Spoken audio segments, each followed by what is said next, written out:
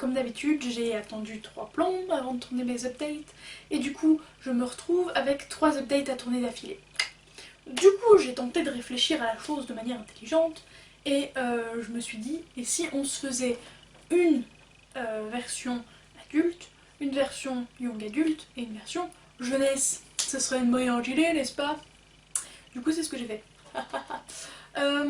En fait, le truc, c'est que ces derniers temps, j'ai beaucoup lu, en quantité tout du moins, parce que je participe activement même au challenge Show Cacao, qui pour vous, quand je vais poster ces vidéos, sera de l'histoire ancienne depuis longtemps, mais en gros, ça s'est passé pendant tout l'été, et ça consistait pendant la première période à lire que des bouquins de moins de 300 pages.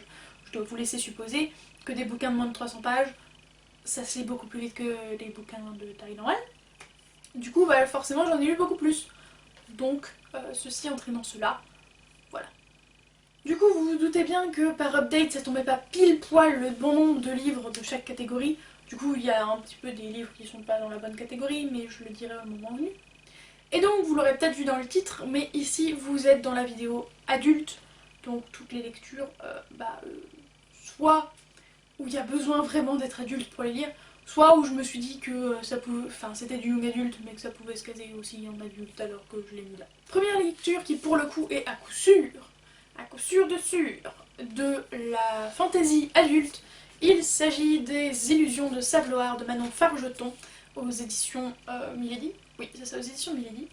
Alors ce livre, vous l'aurez compris à la largeur, ne fait pas partie de cette partie du challenge puisqu'il fait plus de 600 pages je crois, un truc comme ça. Donc il faisait partie de l'étape suivante, c'est-à-dire de la lecture francophone. Et donc oui, Manon Fargeton est une autrice française. Voilà.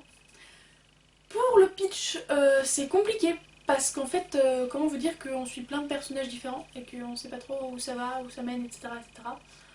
Moi je me suis fait avoir par le titre, Les Illusions de Saveloire, parce qu'en fait j'avais lu L'Héritage des Rois Passeurs, qui est un tome compagnon de ce tome-là. Et en fait le truc c'est que bah on sait ce que c'est Saveloire quand on finit L'Héritage des Rois Passeurs, et du coup, bah moi je croyais que les 90% du livre se passaient à Saveloire. En fait le truc c'est que Saveloire c'est une toute petite partie, et malheureusement bah ça m'a pas suffi, et le livre n'a pas su m'emballer. Alors au début il était très très bien, dans le sens où il se passe des trucs horribles, et bah c'est magnifiquement bien décrit. Du coup j'étais tellement mal à l'aise que je devais m'arrêter toutes les demi-pages, toutes les pages ou demi-pages pour faire autre chose, regarder ailleurs 5 minutes, écouter une musique, faire un truc, mais j'arrivais pas à lire d'une traite tellement j'étais dans le personnage. Enfin j'étais dans le personnage quoi. Et j'étais malade presque. Donc au début j'étais en mode oh ça part bien, c'est tellement bien écrit que je me sens prise dans ce genre de truc qui m'est jamais arrivé, donc voilà. Et bah au final ça m'a pas emballé plus que ça traînait en longueur, enfin c'était trop pour moi, franchement c'est pas passé. Par contre, ma mère a adoré. Voilà, je sais pas comment ça se fait qu'on ait des avis si divergents, peut-être l'âge, mais bon en tout cas ça m'a pas accroché de fou. Et j'ai pas vraiment fait de pitch donc je vais essayer de donner plus d'infos. C'est de la fantasy pure et dure, de base, donc avec des magiciens, de la royauté, etc. etc. Et on retrouve des personnages de l'Héritage des Rois Passeurs, mais comme je me rappelais plus très bien de qu'est-ce qui s'était passé et tout, bah ça m'a pas été très utile. Voilà. Mais pour ceux qui viennent de lire l'Héritage des Rois Passeurs, ça peut être super cool. Ensuite, je vous présente le tome 2 d'une série. Tadam! Il s'agit de Lebenstunnel tome 2 Chaos d'Oksana Hope aux éditions Rebelles dans la collection Galacté. Pour le pitch de base, c'est une uchronie sur Hitler. Ouh, le postillon. Donc c'est une uchronie puisque Hitler, dans cette version de l'histoire, a gagné la Seconde Guerre mondiale, et du coup on vit avec des Ariens, etc. etc. On suit une Arienne qui va découvrir que peut-être qu'ils ont survécu en fait. La preuve, la couverture du deuxième tome, n'est-ce pas? Alors ce tome est tout petit, surtout par rapport au premier qui était quand même plus épais que ça, ce qui est surprenant. Et il y a de l'action, il se passe des trucs, donc ça c'est cool. Et c'est pas un bouquin en lui-même qui clôture le tout, mais on sent vraiment que ça va crescendo jusqu'à la fin, et à la fin t'es en mode ah mais comment est-ce que ça va finir? Donc c'était très bon, malgré le fait que ce soit très court, et c'était cool, et je lirai la suite avec grand plaisir. Voilà. J'ai pas grand chose à dire dessus, franchement, parce qu'il n'y a pas grand chose à dire. Attendez, je m'amuse un peu. Non, c'est l'inverse. Coucou. Hé hé, je suis androgyne. Enfin non, pas androgyne, je suis hermaphrodite, qu'est-ce que je raconte? Je me fatigue. Donc voilà, pas grand chose à dire de plus, c'est une lecture très sympa. Si vous n'avez pas lu beaucoup d'Uchronie avec Hitler qui a gagné la Seconde Guerre mondiale, allez-y. Après, si vous en avez lu plusieurs, je sais pas si elle se vaut par rapport aux autres, puisque je n'ai lu que celle-là, moi. Voilà, en tout cas c'est une bonne lecture. Ensuite, je vous présente un des finalistes du PLIB 2018, parce que, évidemment, de là où j'en suis, il n'y a pas le PLIB 2019 encore. Et voilà, je l'ai lu pour le PLIB, même si je faisais pas partie des jurés. Et il s'agit du Souffle de Midas, le premier tome des Chroniques Homérides, d'Alison Germain, aux éditions du Chat Noir, évidemment, dans la collection Féline, parce que je retiens jamais les collections. Quoi dire. Alors l'histoire de base, c'est que ça reprend tout ce qui est l'univers de la mythologie grecque, ce qui est super cool et c'est ça qui m'a fait l'acheter, évidemment. Et elle va récupérer le pouvoir de Midas, d'où le titre Le Souffle de Midas. C'est-à-dire que tout ce qu'elle touche va se transformer en or. Voilà, je me contenterai de ça pour le pitch. C'était très sympathique, malgré le fait que ça m'ait pas non plus révolutionné mon monde, ce qui est décevant dans un sens, puisque c'est quand même une thématique assez originale et on la voit pas partout, donc ça aurait été cool que ça révolutionne mon monde, mais ça l'a pas fait. Donc tant pis, tant mieux, je ne sais pas. Je lirai la suite sans aucun doute là-dessus, parce que j'ai vraiment trouvé ça cool quand même, et la thématique est très intéressante, donc j'ai hâte de voir la suite. Mais c'est pas... C'est bien, franchement c'est bien, je dis pas le contraire, mais c'est pas la folie furieuse. On enchaîne avec un livre que je n'ai pas acheté. Et là vous dites, soit tu l'as volé, soit on te l'a prêté, tu l'as pas rendu, c'est pas bien. Et bah non en fait. Sur les éditions du Chat Noir, donc sur leur site, vous avez ce qu'ils appellent l'offre 9/3. Alors je sais pas si elle sera toujours valide quand vous irez, mais je crois qu'en fait elle est valide sur le long terme ou quoi. C'est pas une offre de telle date à telle date, elle est un peu tout le temps. Et donc pour 3 romans achetés aux éditions du Chat Noir, vous en avez un 4e offert. Et du coup, comme j'avais aucun livre de leur maison d'édition, je leur ai laissé carte blanche. Et ils m'ont envoyé l'Ouroboros d'argent d'Ophélie Bruno aux éditions du Chat Noir évidemment. Et lui aussi dans la collection Féline, puisque la collection Féline c'est la collection adulte. Donc c'est logique. Voilà.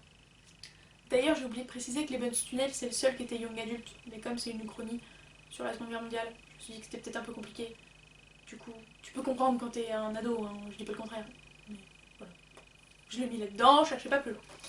Donc, je reprends avec l'Ouroboros d'argent. En gros, il s'agit de 2 personnages, hommes et femmes, qui sont des loups-garous et qui, l'un va posséder ce que cherche l'autre. Et du coup, forcément, ils vont un peu se tomber dessus. Vous voyez l'idée. Voilà. C'était cool, ça m'a plu et ça m'a surprise parce que je m'attends toujours à ce que les gratuits soient des trucs bof bof, surtout quand c'est des tomes uniques, parce que du coup ça veut dire que t'achètes pas la suite et ils ont pas de profit à te l'envoyer. Je sais pas si vous voyez ce que je veux dire, mais bref, et du coup j'étais en mode je le sens mal votre truc, je sens que ça va être très naze, et non, ça m'a bien plu franchement.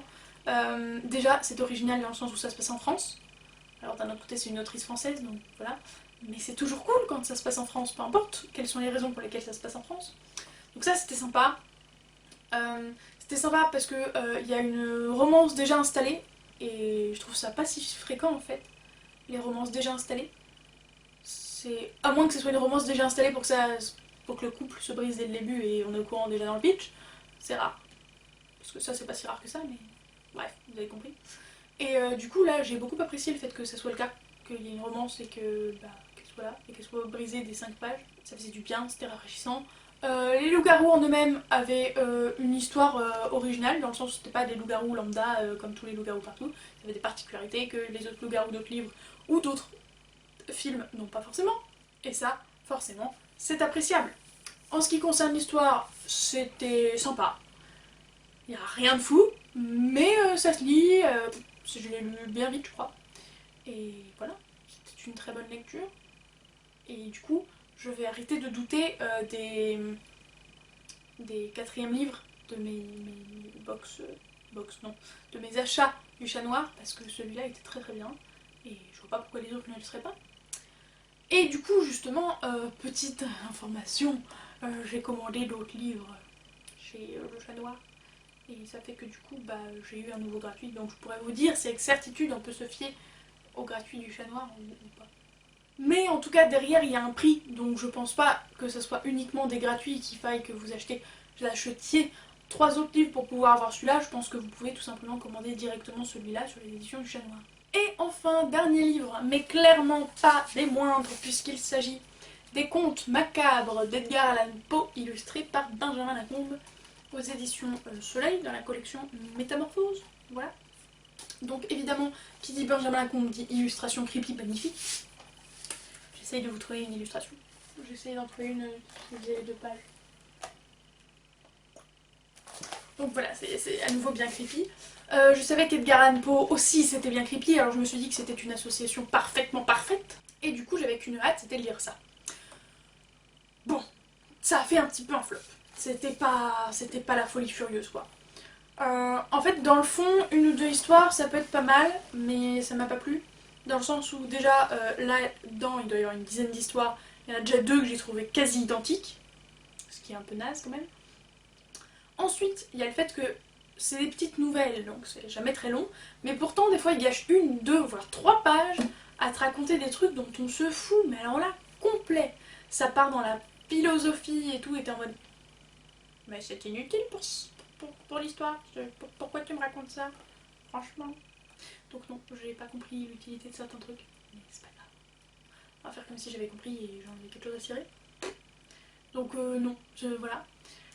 Donc, il y aurait eu 2-3 histoires, ouais, ça m'aurait plu, il y avait de belles illustrations. Là, de toute façon, si ça a été un flop, c'était pas à cause de Benjamin Lacombe, hein, clairement. Mais non, j'ai pas trop accroché au style d'Edgar Allan Poe. Même si je comprends bien que c'était novateur pour l'époque, ça y a pas de souci. Et je suis fan de peu de ces nouvelles. C'est-à-dire, j'ai trouvé ça sympa, mais c'était pas mon genre, quoi. Et j'ai trouvé, je vous jure, certaines qui ressemblaient tellement à d'autres que j'étais en mode... Mais j'ai l'impression qu'il y a 2 fois la même, là. C'est un peu naze quand même. En tout cas, je réitère par contre celui-là pour les adultes. Pour les adultes, pour les adultes. Non seulement au niveau de la compréhension, parce que des fois quand même il va chercher loin, parce que je vous informe que c'est quand même une traduction de Baudelaire, pour vous donner un peu l'idée. Et donc faut s'accrocher pour suivre quoi. Donc voilà, je suis pas sûre de conseiller des masses. Je vous conseille de feuilleter pour vous assurer que vous aimez le genre d'Edgar Allan Poe avant de vous l'acheter, parce que il n'y a pas le prix derrière, mais étant donné que c'est épais, lourd et tout, et un Benjamin Lacombe ça a dû coûter une blinde, donc faites attention avant de l'acheter. Voilà, c'est ma seule recommandation. Et voilà, c'est fini pour cette update axée adulte plutôt, et surtout SFFF, puisque en fait le challenge dont je vous parlais, le challenge au cacao, inclut que des lectures SFFF, donc forcément il y en a eu beaucoup plus ces derniers temps. Et je me rattraperai plus tard sur les lectures contemporaines dès que le challenge au cacao sera fini. Donc voilà, c'était mes lectures. J'aimerais bien savoir quelles ont été vos lectures, adultes ou pas. En tout cas, ça m'intéresse. J'espère qu'actuellement vous avez une excellente lecture. Je vous encourage fortement à vous abonner à la chaîne si ce n'est pas déjà fait, à mettre un pouce en l'air si ce n'est pas déjà fait. En tout cas, je vous fais de gros bisous. Je vous souhaite d'excellentes lectures et je vous dis ciao.